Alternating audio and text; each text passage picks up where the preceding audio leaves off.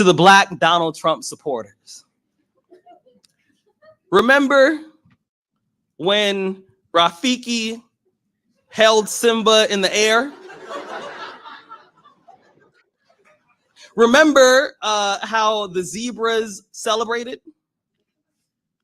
Remember how the antelopes were cheering? As if they have no idea what happens when a lion gets hungry. A meal cannot be friends with a mouth, especially when it's feeding time. It's always feeding time. Thank you. It's always feeding time. Welcome to the National Newspaper Publishers Association's Let It Be Known. This morning, we're going to talk about all of the things that seem to be more important than what should be important. And Nikki Haley says that America has never been a racist country. But then she turns around and says, well, I faced racism when I was growing up. Make it make sense. So I want to talk about Martin Lawrence just a little bit. This is, I know when Jamie Foxx had his medical emergency, folks were, oh, we should mind our business or what. This is not that. Martin Lawrence appeared at the Emmys and his Martin Cash reunion excited many, but left others worried about Martin's health, the way he looked, the way he sounded. Hopefully Martin's okay. We're going to discuss that a little bit this morning. And Donnie Simpson signed off for the final time this week on his radio show in Washington, D.C., retiring apparently for the last time, the legend himself. We will discuss that all with the one and only, the author, Rashonda Tate Billingsley. Rashonda, how are you? I don't know how you doing when you on mute. Didn't unmute me. How long we been doing this Zoom stuff and I still can't get it down. Good morning. How are you? I'm doing well. That is so wonderful. Rashonda is closing in on book release day. Yes, it's around the corner, January 30th, Queen of Sugar Hill. I'm so excited. There you go, the Queen of Sugar Hill. Can't wait to set our hands and eyes on that. Yes, sir.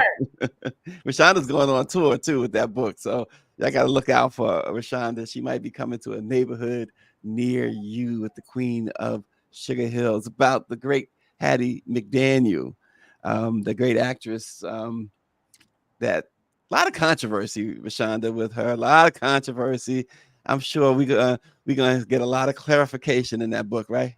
And a lot of things we didn't know, a lot of erroneous information. I've corrected it all. It's fiction, but I'm based in facts. I'm a journalist, so I gotta have the foundation as facts. There you go. There you go. I was asking Rashonda beforehand how's the kids, how excited the kids are, and she said what you would expect. Tell them, Rashonda. Not impressed at all. They don't care that Mama has 54 books. But if their friends like it and get excited when they see my books in the library, then I'm a big deal. The Queen of Sugar Hill.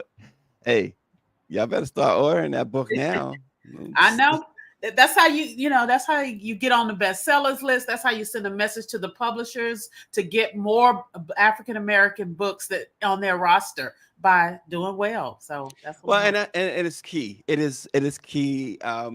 We would say it even if it wasn't Rashonda's book, but it is key because y'all know that what's been going on in this crazy country, banning books by Black authors, banning books about Black subjects and Black history, which is American history.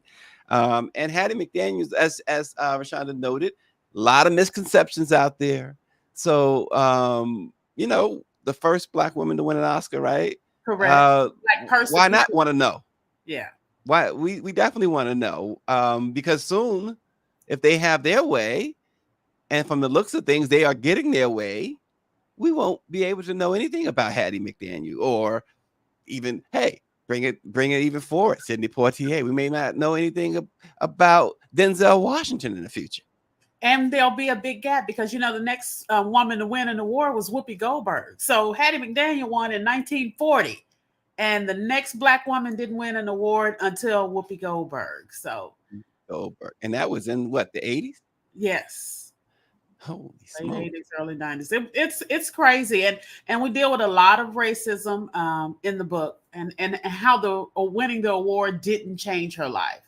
Yeah, Because Black people still saw her as a mammy. White people still saw her as mammy, and Black people were disgusted with it. You'll see some interesting stuff about the NAACP. Now, that's who I don't want mad at me once they read it. But I tell the truth. They waged a listen, war against her. they say the truth sometimes hurt. Yeah. And that's so what Power 96 is saying used to be true. He says that the best way to hide important information, put the information in a book some people are afraid to read. Now, that some people are afraid to read is still true, but overall, here's why it's no longer true. Folks have caught on. Florida caught on for sure, banning all those books. They realized important information was in those books. So, right. And then you have voices like ours that, Stacey, that are telling people the important information and making them say, okay, I want to know more. And people that have read the early copies of my book, that's one of the things they're saying. And I love it. They're like, I want to know more. I can't believe we're missing out. And that's one of the good things about the internet is we're here to give people some information to make them want more. There you go. So pre-order it. The Queen of Sugar Hill, Rashonda Tate, has it going on. Book number 54. Book number 54, wherever books are sold. I know. Wow. How did she do it? How does she do it? Wow. I love making up stories. My mother called it lying, but she said, "Child, you ain't doing nothing but lying." Right. Listen, so and again, so this the whole DEI, the whole what do you call it, critical race theory, blah blah blah blah. So Chris Metzler, who's an expert on diversity, equity, and inclusion, said he did not flinch when he learned that Bill Ackman, Bill Ackman is the Harvard guy who one of those Harvard guys who got rid of the black president, Claudine Gay, and Bill Ackman's wife, just to refresh your memory, also has been accused of heavy plagiarism over at MIT. I believe it's MIT. Yes. And yet there's no cry for her to be removed or step down. But Bill Ackman had said that Martin Luther King Jr., and this is another thing, Rashonda, folks telling black folks about other black folks. Right. He said Martin Luther King, of whose life, of course, was committed to civil and equal rights, would have opposed the ideology of DEI. Metzler, who created certification courses in DEI at Georgetown and Cornell, called the remarks just ridiculous, but not surprising. He said that he and they, because he's not alone in this, want to take the content of your character part of the historic I Have a Dream speech out of context to fit their narrative. It's wrong, he says. Of course, Ackman made these comments speaking to Elon Musk, of all people, and Representative Dean Phillips of Minnesota, who is a long shot Democratic presidential candidate. But Ackman called the DEI movement an ideology that went against the tenets of King's speech. Come on. I'm like, Dr. King, what gives you the authority to say that you know better than his family? You know better than the black people who marched along with him. And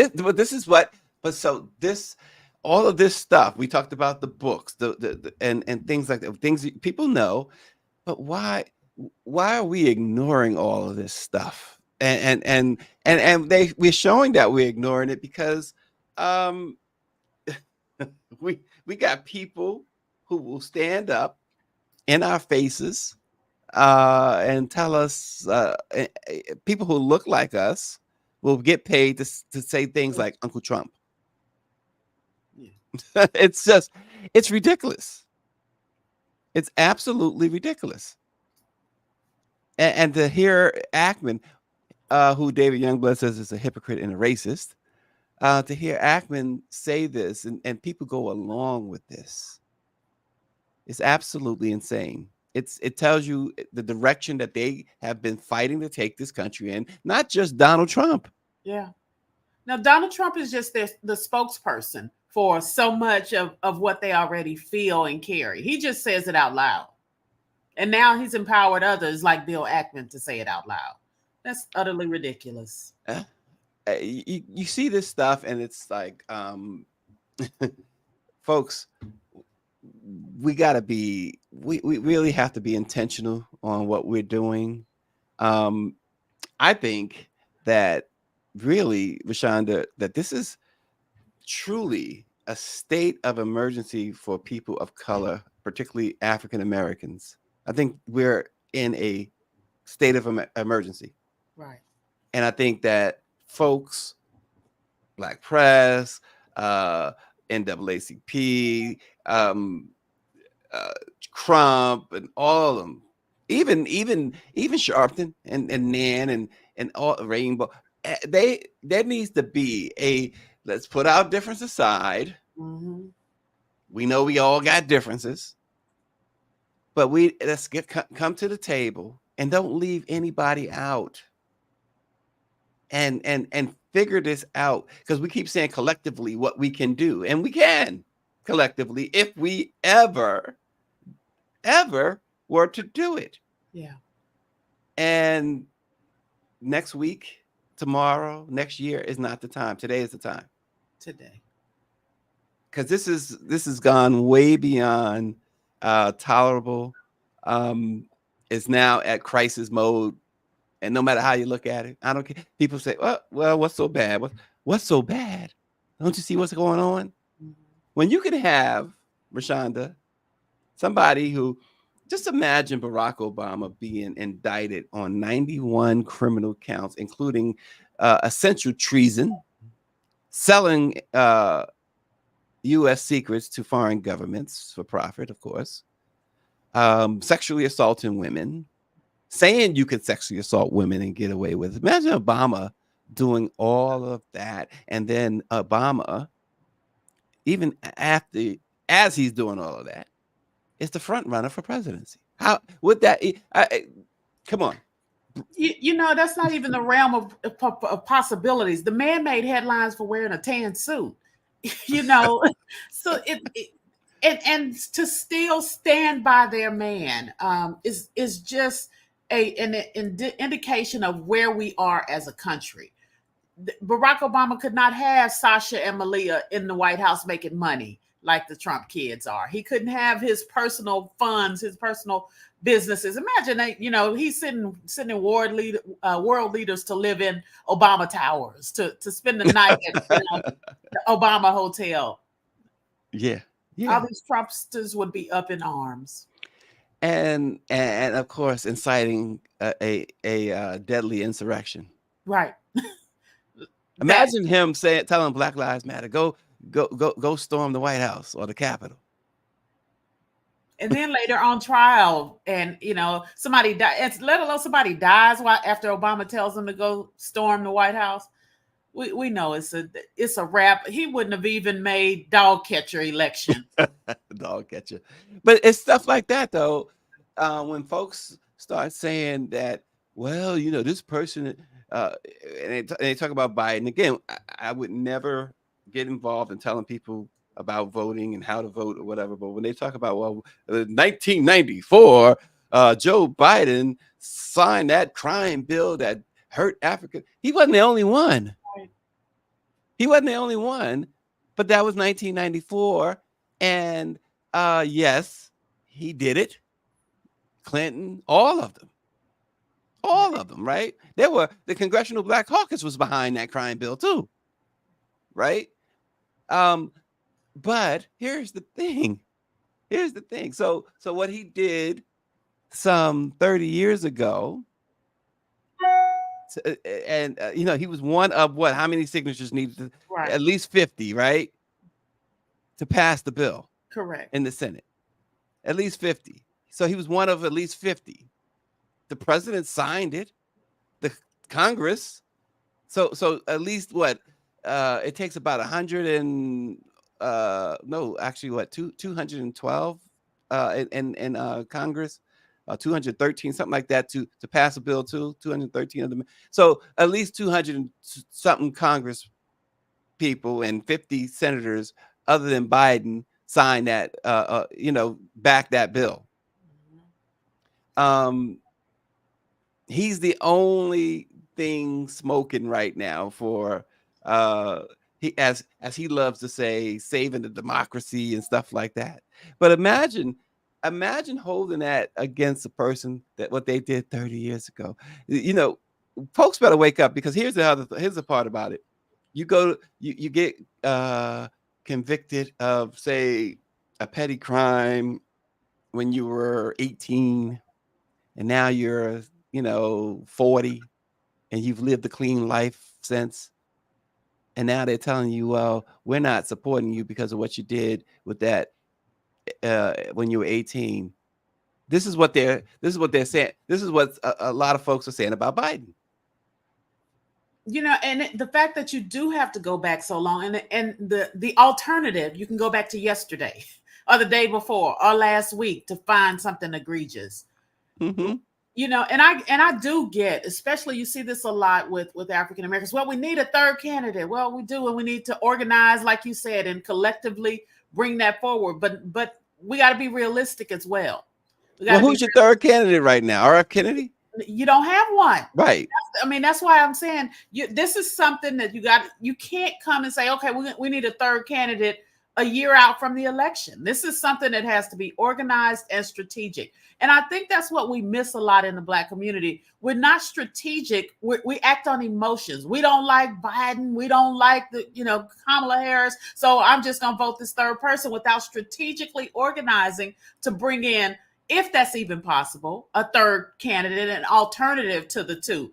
The bottom line is, either if Donald Trump wins the nomination, which he looks poised to do, the bottom line is it's going to be Trump or Biden. Mm-hmm. And you can sit at home and you can write in, the ape as your third candidate, but at the end of the day, it's going to be Trump or Biden. And David Youngblood says that he voted for the crime bill because every Black grandmother was for it. They were tired of their grandsons pawning all of their TVs and committing horrible crimes in the family. And Power 96 says the CBC backed that bill. And if you were in the streets and selling dope, you needed to be in prison. Look what those drugs did to a lot of Black communities. Tell Charlemagne to shut up. And Byron Donalds, David says Byron Donalds of Florida was 18 once and now a member of Congress. Yeah. So then you got people like Charlemagne, who is an entertainer. Right. Now he's all, because he has a big platform, no doubt. But does that make him the voice of the Black community? He's an entertainer. He's an entertainer, and he's entertaining a specific demographic, and he's trying to appeal to his audience, understandably, but that does not make him the spokesperson for the Black community. And I like Charlemagne. Mm-hmm. Right. And so, yeah, I listen, I don't pay attention to him. Once in a while I do, when he often makes news, right, with his guests. And so I'll what happened? They'll start talking about, it'll start trending. Yeah. So I'll figure out what happened now. Like Stephen A. Smith. I don't pay a whole lot of attention to Stephen A. until he decides to go and call Jason Whitlock all types of names. Then I'll pay attention. But these guys, they're in, like you said, he's pandering to playing to a certain demographic, and he's going to say some things. And but here's the thing: if you're going to look to anybody, look to somebody who's educated in the topic that you are interested in. If it's politics, look to somebody who's educated in politics. Charlemagne is not educated in politics. And Sam Collins, Sam PK, the great Sam PK Collins is watching. He says more serious people than Charlemagne are talking about third party voting. And so, yeah, you mentioned a third party candidate. Is there a third party candidate that interests people right now? Apparently, Cornel West is not him, and we, come on, Robert F. Kennedy Jr. has not made any traction, not within the Black community, and so, and I get this idea of not just giving away if you're a voter, not just giving away your vote, right? Not just automatically saying, well, he's a Republican, so I'm gonna vote a Republican. Well, he's a Democrat. I get the idea of earn it. Yeah, I get that. So if you're going on that though, if you're going on that, and particularly if you're Black, then go on that and really go with the facts, right? right. Like one of the arguments that just irks my skin is Kamala Harris isn't doing anything. Kamala's doing what a vice president does. And if you're educated, you know that she is not supposed to overshadow the president. She is supposed to work quietly in the back. I think that America got so used to Donald Trump touting everything that if you're not talking about everything you're doing, people think you aren't doing anything. Well, and right, and in Kamala Harris's case, she also has had to deal with internal stuff there. Folks not wanting her to shine too bright, and so she's had to overcome that too. And as Greer mentioned, it's true. At this point, it's pointless to really start looking at third party candidates. The time to do that really is you need years of planning, right? It can't be here we are in January, the election is in November, and you're talking about let me go to this third party. No, it's like I said, I believe anyway, if y'all going to do all this, it should be folks should recognize where we at, and all of these entities, like I said, NAACP, NAN, Rainbow, Black Press, everybody needs to sit together. Crump, all of them. Whatever differences, set aside and say, listen, this is a state of emergency. We can't leave nobody out. And I think that I go back to Ice Cube. Ice Cube is as crazy as all outdoors when it comes to this political stuff. But the premise of this idea of a contract for Black America. I get it. You think about it. Present it with that group that I mentioned that should come together, come up with something, listen to the people. Don't just, and this is the thing I have, one of the many, many problems I have with, lawmakers, politicians, is that they talk about what their constituents like, or they don't listen to their constituents. Listen to the people, what is really their concerns, and then that's what you take to the table, and that's what you parse out, and that's what you say, okay, now we can put together this so-called contract for Black America, this plan for Black America. Not just go in there half-cocked like Ice Cube, and this is the plan for Black America. Who gave you the authority? But at the same time, the idea, the premise, I get it. And nobody else was willing to step up and do that. Because we all, we all have difference of what's needed. So let's put it all together. You have leverage, because guess what? If Biden can get 90+% of the Black vote like he did in 2020, he's going to win. If Trump can get a chunk of the Black vote, he's going to win. It always comes down to who wins the Black vote. Yeah. So it's just as simple as that. And this comes from a non-political guy. So if I can get it, then I know they got it. I know they got it. Bobby Henry says the concept of team together, each accomplishes much more.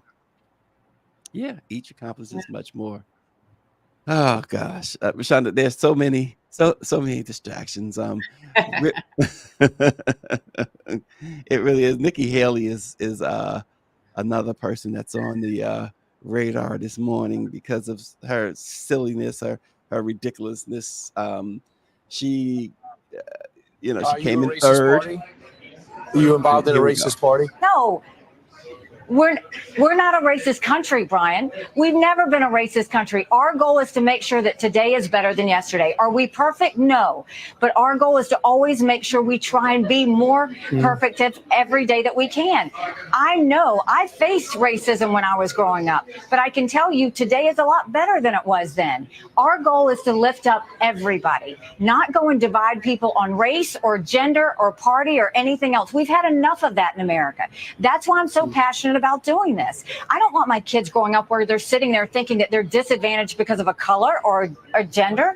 I want them to know that if they work hard, they can do and be anything they want to be in America. Are you a racist party? So, big sigh, long sigh, open mouth, insert foot. That's what Nikki. This chick says that we've never been a racist country, but yet she says that she faced racism growing up. She also, we heard what she said, and she wants her kids growing up thinking that they're not disadvantaged. You see how she slickly used that though. She didn't use it in the form that it should be used. She said she didn't want them growing up thinking that because of their color they're disadvantaged. No, basically, what she is trying, she's turned it all around, because really this was all in response to Joy-Ann Reid's comments, where she said racism in the Republican. She blamed racism in the Republican Party for Nikki Haley's poor showing in Iowa. Folks those folks on the Republican side are not going to vote somebody who looks like her or Vivek. Yeah. And you can try and dress it up all you want. That was the direct result of somebody trying to walk a fine line. She's on Fox News, and so she's trying to appease the audience that she's talking to, because you say that in 1 minute and then you turn around and cite your own racism in the next. There was a USA Today Suffolk poll, and it said that more than 45% of Americans said racism is a big problem. Now, this is Americans in general, white, black, Hispanic.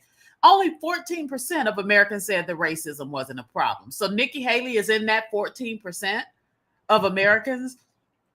You're trying to appeal to this audience, and the reality of your life, of just day to day, being able to see things day to day, is not meshing with what you're saying. Well, Mike V says she also defended a Confederate flag that stood for racism in her own state that led to the death of many black folks in the church. Power 96 says the FBI is investigating right now a cross burning in South Carolina. And then when she talked about, and we didn't play this part, but directly addressing Joy Reid, when Kilmeade asked her whether or not she agreed with Joy Reid, she goes, first of all, Joy Reid lives in a different America than I do. She goes, yes, she does. Absolutely does. Number one, right? Joy Reid faces the similar discrimination that most of us do. But she goes on to say, yes, I'm a brown girl that grew up in a small rural town in South Carolina who became the first female minority governor in history.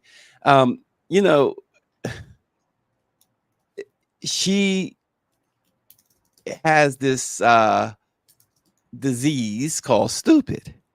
Yeah. It's the bottom line. And it's shared by folks like Vivek Ramaswamy. It's shared by people like Ben Carson.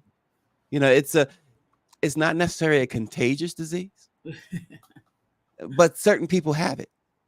Nonetheless, the reality that those people in Iowa and New Hampshire and all these other places, she thinks they're going to go in the booth and cast the vote for her over Donald Trump in mass, enough for her to win. They're going to look past the color of her skin. They're going to look past her gender. They're going to look past her heritage, and they're going to vote for her because she's the most qualified.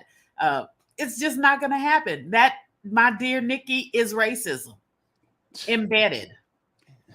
I knew a girl named Nikki. The quote Prince. But anyway. I just want, I'm like, hey, Nikki, I can give you, we can spend all day citing deaths of examples of racism. We can look at the death of Trayvon Martin. We can look at the shooting of Ralph Yard. We can go on and on. George Floyd, all racism in America. That she is working hard. Like Vivek went to Ramaswamy. He went to a Trump rally yesterday. She's working hard, like the others, to try and become Trump's vice president, or certainly, if not the vice president, to have a seat in that cabinet if he were to somehow win the election in November. Mm-hmm. Muhammad Ali, Southbound 3000, exactly. I remember Muhammad Ali saying it. He says, I'm known all over the world. At the end of the day, after 9/11, I still harbor a lot of hard feelings about that. It's okay. I mean, is he Trump? No, but he's okay. I had somebody call me for Vivek, and that person could not say his last name. But I was like, come on, are you just picking people out of the street or what? Like, you got to be able to say the candidate's name. I'm sorry. No other candidate did more to pacify the racist base that is Make America Great Again, the Donald Trump support base, than Vivek Ramaswamy. And he's dealing with people that are not going to vote for him because they can't say his name. They can't say his name. But it's no racism, Nikki. It's no racism. Right. It's talk about this day in and day out. It's so it gets exhausting. Yeah.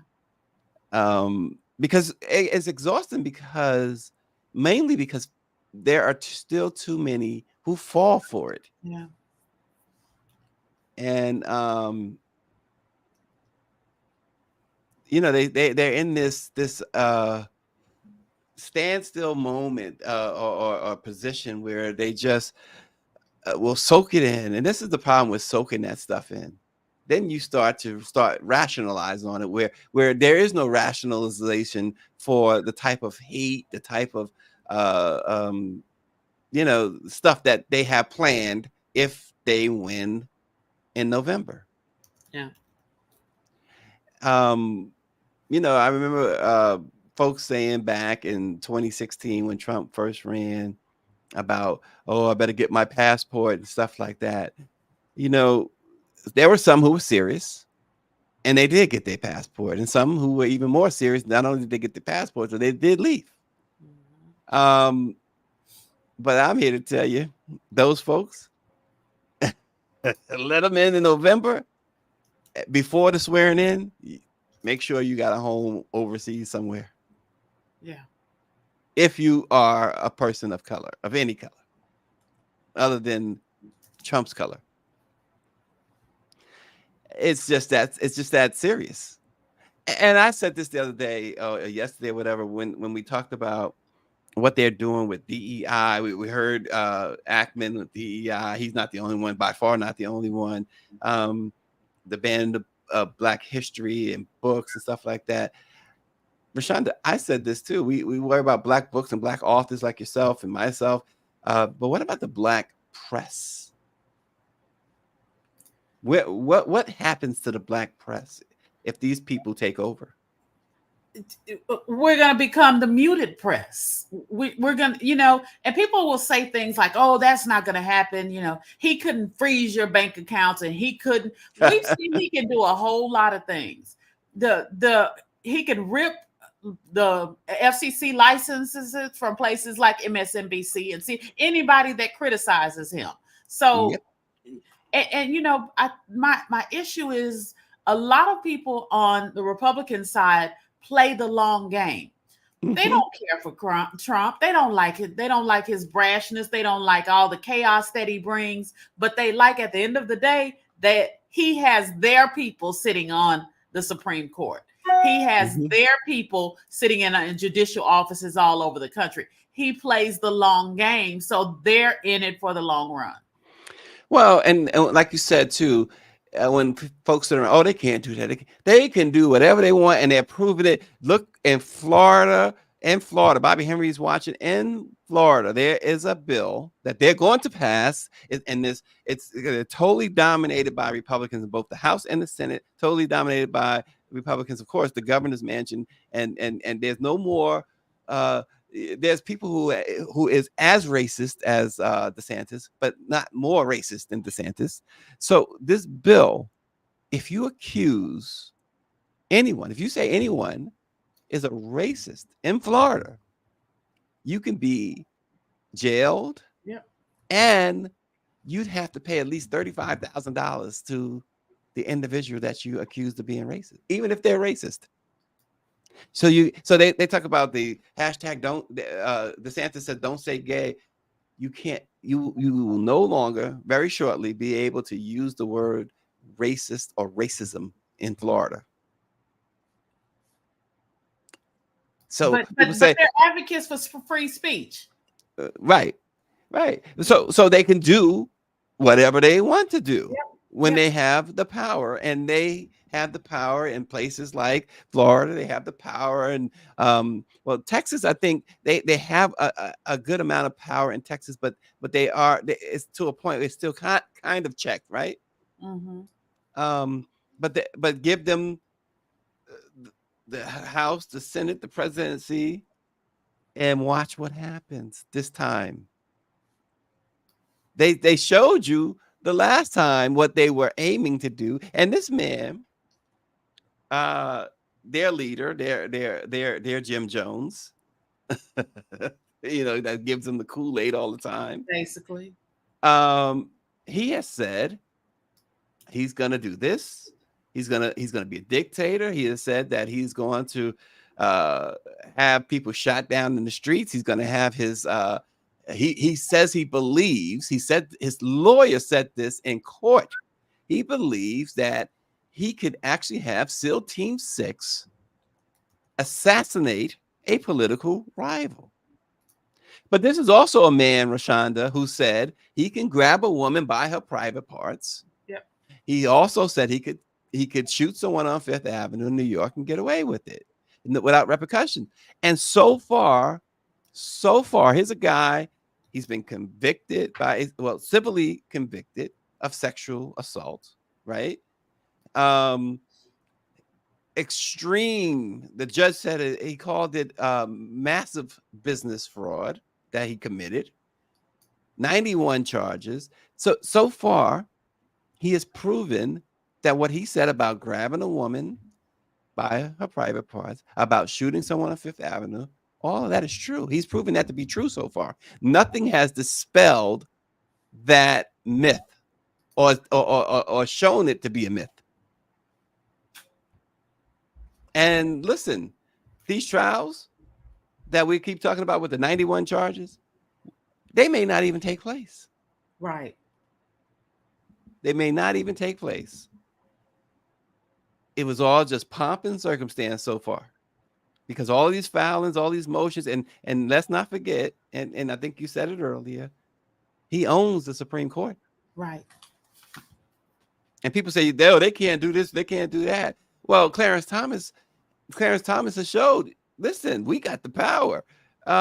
We got this huge donor who bought my mama a house, taking me on yachts, taking me on private jets. spending millions of dollars on me. His case comes before the Supreme Court. I'm not recusing myself. He votes. He rules in favor of the guy, and nothing no one can do. Oh, our hands are tied. He's a Supreme Court justice. Law don't apply to him. They do whatever they want, and they're going to do it. And Trump said the hostages. He calls them hostages. The January 6th folks who are in prison, they're hostages. Mm-hmm. So listen, that's where we at, Rashonda. I can't wait to read your book. I need some levity and some nonfiction facts from Hattie Now, McDaniel. unfortunately, you're going to read it and say, okay, all of this was taking place in the 1940s, and we're still having these same type of problems. And still having these, yep. And as Mike V says, injustice, Clarence Thomas's wife was involved in January 6th. We know. Stop the steal, that whole thing. And as the poet so eloquently said when you opened this show, but I had to write it down, Nikki Haley would be best to remember, a meal cannot be friends with a mouth. There you go. There you go. Well, we're going to switch gears. Martin Lawrence appeared, and it was great to see the cast together. Unfortunately, Tommy Ford passed away a few years ago, and certainly was missed there. But the 2024 Emmys showed a reunion of, and I love how they did it too, with the whole Martin set and everything. The only thing they were really missing, other than, of course, the aforementioned Tommy Ford, was Bruh Man from the Fifth Floor. They should have had Bruh Man on there. They really, for the fifth floor. Yes, from the fifth floor. They should have had him on there. But a lot of people picked up on this too. I immediately picked up on it. And I hope that it's nothing wrong or nothing seriously wrong. But Martin appeared, and some people say he looked like he may have had a stroke. His eyes were puffed up. His face was puffed, and he could barely. He appeared to struggle with reading the teleprompter and saying the few lines, and he only had a couple of lines. Carl Anthony Payne, who played Cole, surprisingly had the most lines at the Emmys the other day. But it was almost, I don't want to sound like I'm dissing Martin in any way, but it almost was kind of painful watching him. And so there's of course, social media is wondering what's going on with Martin. And as one person said, I can't be the only one concerned about Martin Lawrence. What's wrong, Marty Marr? But it was really nice to see them.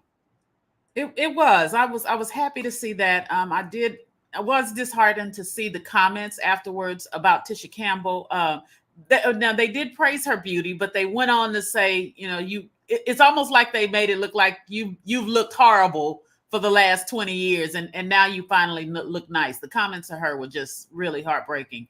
But with Martin, I did notice that he didn't have as many lines. Mm-hmm. But they're what, 20, 30 years older? 30 years older. Yeah.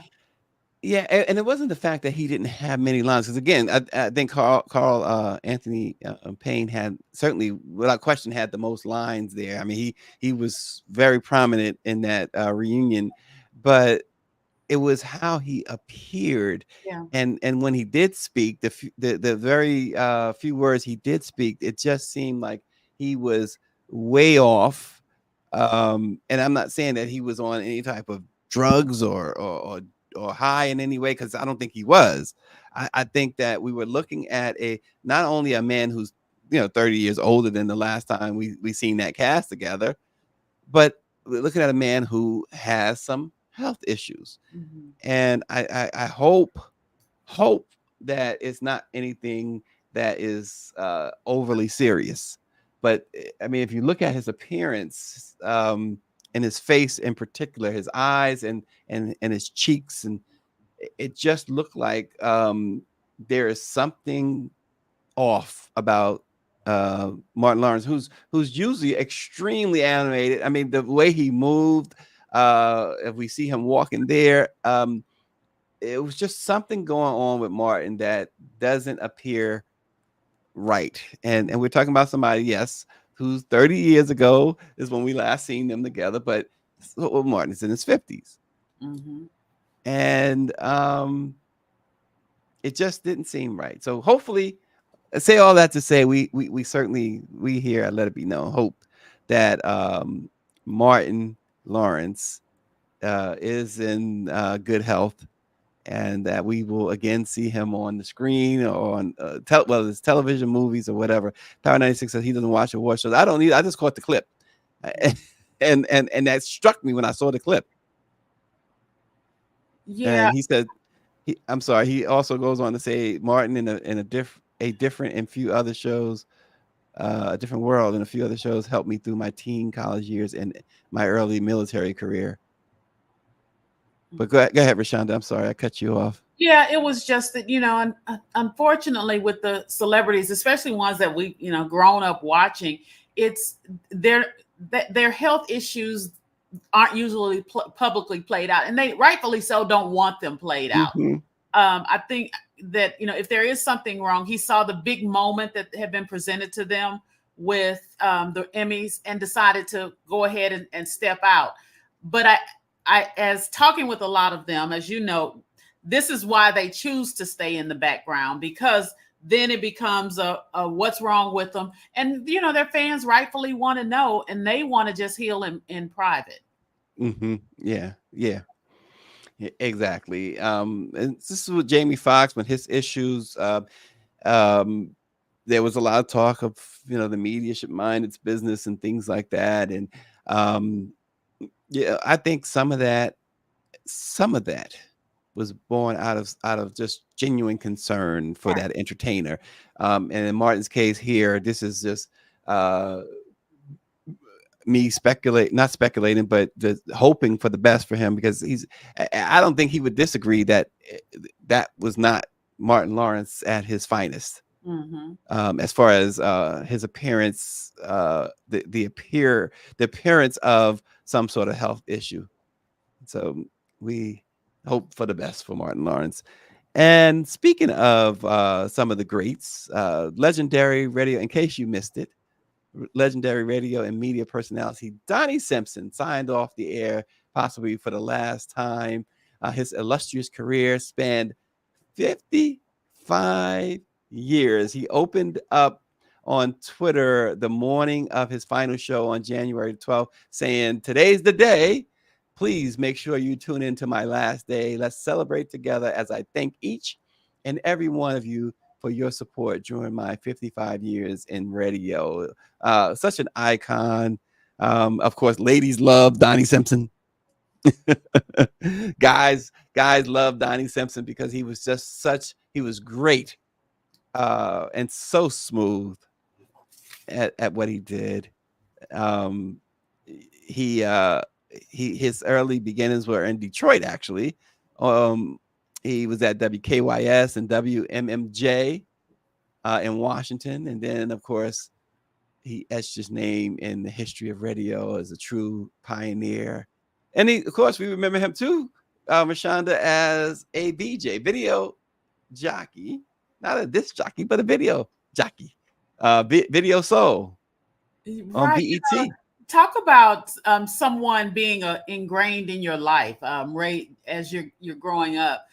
Donnie Simpson just brought so much to the table. But what I love is, whatever field this was, to have 55 years in that field, he deserves to go take a well-deserved rest. Well-deserved, yes, exactly. He retired first in 2010, but came back. When he came back 5 years later, he instantly, his radio afternoon drive show on WMMJ Magic 102.3 went to number one immediately. And then he was then he did television again, TV One. He was Donnie After Dark. Everybody tuned in to Donnie Simpson. Yep. They called him Rashonda the love bug in Detroit when he was younger. No, okay, I didn't know that. Yeah, this guy was he has really left such a mark. BET Walk of Fame, the R&B Hall of Fame. This guy has done it all. He's gotten all the accolades, and he deserved them. Mm-hmm. He deserved them. And his co-anchor, his co-host, who is an anchor at News 4 in Washington, Tony Perkins, he says he's going to miss doing the show. He says Donnie's going to miss it too, but he's got some great things planned. He says the Donnie Simpson show thanks everyone, and thanks Donnie Simpson most of all for doing the show, and really very graciously going out in style, Donnie Simpson, as we would expect. Right. So the coolest brother,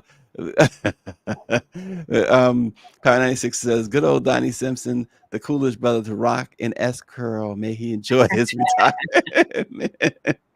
I forgot about that S curl.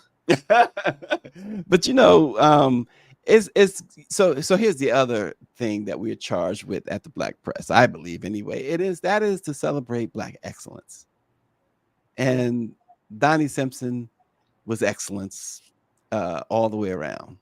And the good thing about Donnie Simpson, another good thing about Donnie Simpson, unlike so many others who have done great stuff, he's in a small exclusive club of not being in any way hit with some sort of scandal or being involved in some sort of scandal.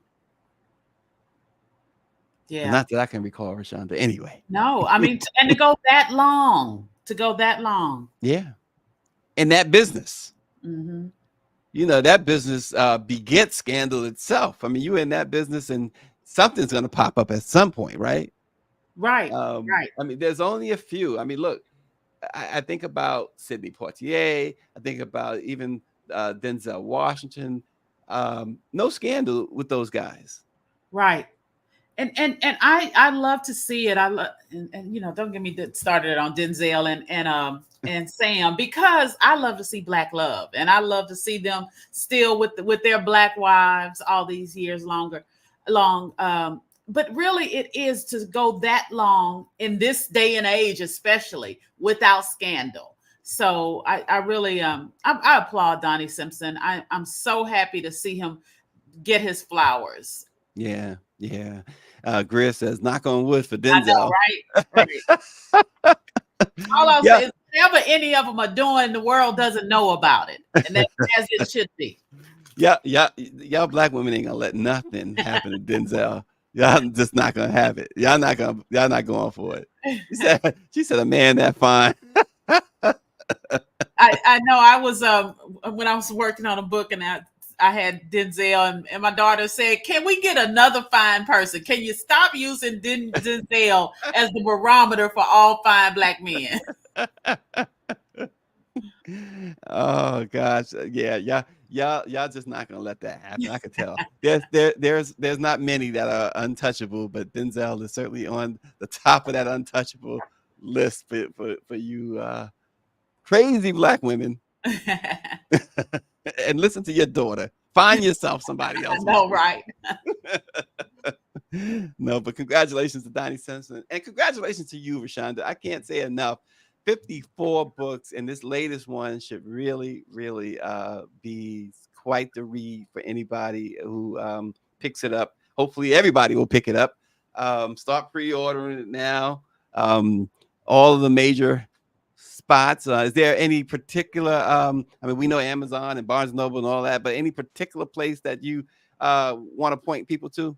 The independent booksellers, because they really are struggling to compete against the Amazons of the world. So if you can, and if you see it in your heart to support an independent bookseller in your neighborhood, I highly suggest that people do that. Of course, I want you to buy it wherever, but if you have an independent bookseller, and you can find one at indiebound.org, and they can direct you to any independent bookstore. And that's how our Black bookstores especially are really staying in business, by us continuing to support. Yeah, Austin is asking, when's your book signing in DC? It's coming up in February. It is. It is February 8th at Politics and Prose on Union Station. Politics and Prose Union Station. So I'm looking forward to it. I'm excited. I had my first speech with some white people, an all white audience, and they were, I know that sounds so horrible, but they were enamored with all that they didn't know about Hattie. And so I really am glad to be able to reach all audiences a little bit more. And I've had white readers in the past, but I've had someone say, well, can I read this? And I had to ask one white man, can you read? Because if you can read. Yeah, I'm excited to tell Hattie's story and just enlighten people to a lot of the things that she went through. Wow, Hattie McDaniel, the queen of Sugar Hill. Yes, sir. Rashonda Tate. Thanks for joining Let It Be Known, Rashonda. We appreciate you as always, and we appreciate you all for watching. We'll check y'all out again tomorrow morning. All right. Have a good one. Called Thirsty. A thirst bucket, if you will. I love attractive men and I can't hide it. I lust after them in a way where people wonder if I'm dehydrated. When I was younger, I couldn't understand why my mom and my aunt turned into hyenas in heat whenever Denzel came on the screen. They made these sound effects consisting of like oomphs and and okay. And they just sounded dirty. They sounded explicit, and they sounded like sounds that I shouldn't know about. And to be honest, they sounded like sounds that my dad shouldn't know about because they sounded unfaithful. So, Miss Pauletta, I would like to let you know that I eventually distanced myself from my aunt's parched pining, and I eventually grew up to become my own woman with my own taste. But when I saw Devil in a Blue Dress for myself in college, as an adult woman, I realized that the apple didn't fall too far from the dry ass tree. I remember reading the book before I saw the movie, and even my imagination couldn't conjure up that fine, Denzel completely erased my simple-minded version of easy forever. He was easy. And that's what Denzel does. He embodies and commands the roles he takes on. His performances demand that you watch every moment, and he dares you to look away. But when Denzel is on screen, you can't. Denzel is the man. He is every man, and he is that man. And to so many of us, he feels like ours. So I'm here to celebrate and to say thank you, sir, for giving this passionate Black girl with drought DNA someone to believe in, to aspire to, and to dream of. Thank you, Denzel.